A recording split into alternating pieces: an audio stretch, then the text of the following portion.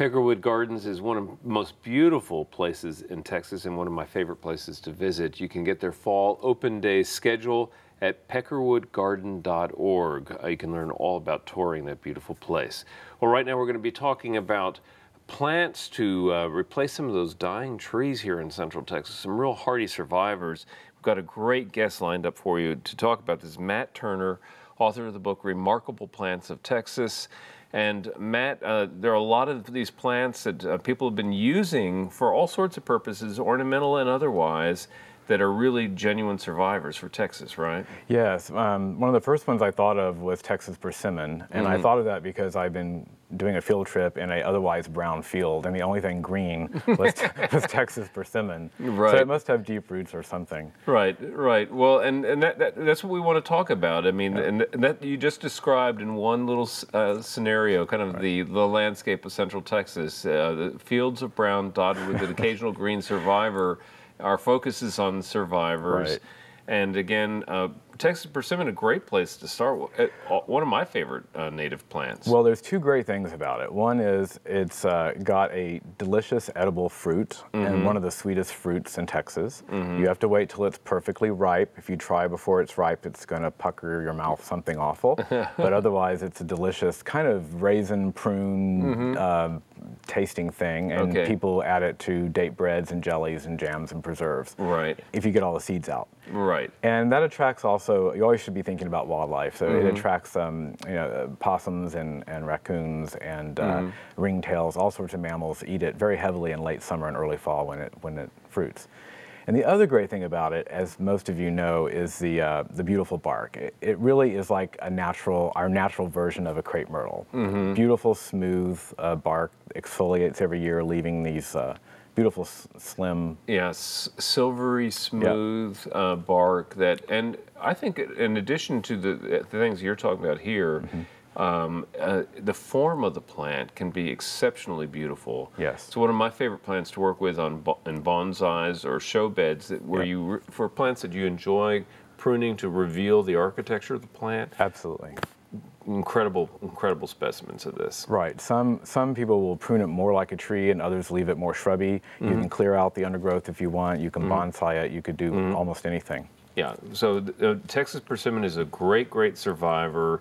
And one that really suits a lot of different purposes in the landscape. A small tree, big shrub, basically what I would describe. Sun or part shade even. Yes, and really beautiful green leaves when we get some rain, even when we don't get some rain. Right. It is, I think, a super attractive plant. The next one on our list, and I think we're going to be looking more and more to plants in this plant family, is the Huisache. Yes. And you know, when people ask me, what are you going to do about the drought? And I say, I'm looking 100 miles west of here for the plants that grow. Yep. Well, if you look about the southern third of Texas is where Huisache tends to grow most, and it's very drought tolerant, and it has some of the most beautiful flowers of any of our native trees. It's covered in the spring. In fact, you can't even see the tree. It's just covered with little yellow puffballs, and they smell incredibly delicious, sort of something between orange and violet. Yeah. And this tree has a really rich history. It's really surprising. It made its way all the way to Rome by the end of the 1500s. It was taken into France early on, and by the early 19th century, it became one of the major perfume plants in the famous French perfume industry. So the flowers have to be hand-picked amongst all the thorns, and they can't be steam distilled. They have to be what's called volatile oil distilled. So it's very time-consuming and very expensive. But the perfume made from it, in fact, the perfume is usually made to extend the notes of other perfumes rather than just being its own thing. But some very famous perfumes, Buckingham Palace, Jockey Club, these are older perfumes, were made from this. So it's sort of shocking to me that something we think of as a South Texas thorn plant is the basis of a perfume. And a beautiful bloom, too, I must say. Yeah. I think it's a very unusual looking plant. And again, because of, you referenced South Texas thorn country. Right.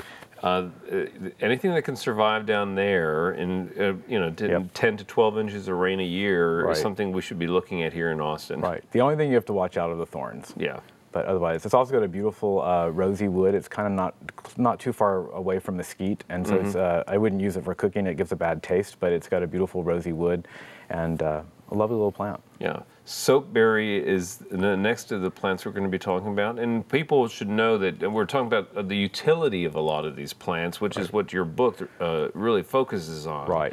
But soapberry, as the name implies, is something that produces a soap. That's right. Not only have you got what the Texas Department of Agriculture once said was one of our greatest little landscape, the landscape tree of Texas, but it produces a berry that really does produce soap, and they produce masses of these sort of, not masses, but good numbers of these sort of golden, translucent, amber-looking berries. And if you just mash these up in water, you have a very nice neutral pH soap. So it's actually very good for like woolens and linens that are fine and delicate that you don't wash otherwise.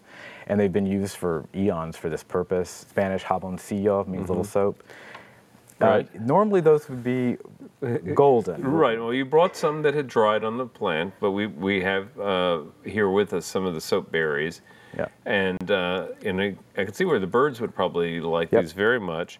And then also we have the seeds. The seeds, which also had found their way as something that people like to use. Well, yeah, you can use them in jewelry or just marbles or as a decoration. They're just Kids used to play with them. Yep, they're just very pretty. And I thought, you know, we should know more about these kind of things that are growing around us. Right.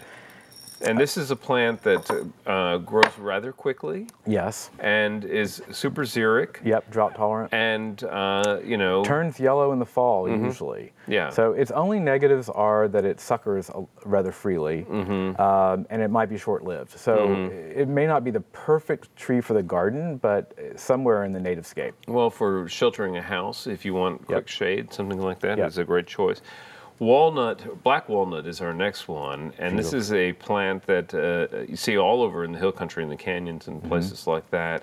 And you brought a piece of, you know, talking about utility here, you brought a piece of wood from a black walnut, and this is a gorgeous plank of lumber here. Yeah, my friend, a certified arborist, John Ogden, gave me this to bring to the show, and it shows you a beautiful piece of black walnut. I say it's the greatest tree you've never seen, and I say that because it's been cut out because of its wood. You see the middle of the heartwood is beautiful browns and purples and grays, and it just makes an incredible cabinetry wood, probably second only to cherry in terms of most usable lumber in North America.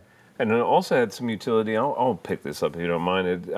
As a dye, right? Right. This is a natural wool, undyed, and this is the hulls that cover the shell, the nuts of black walnut. Right. So again, a plant that is great for our landscapes, but also historically has been used for things such as this. Right. Well.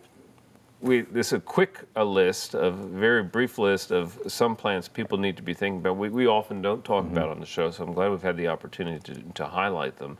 The book is The Remarkable Plants of Texas from the University of Texas Press. Oh.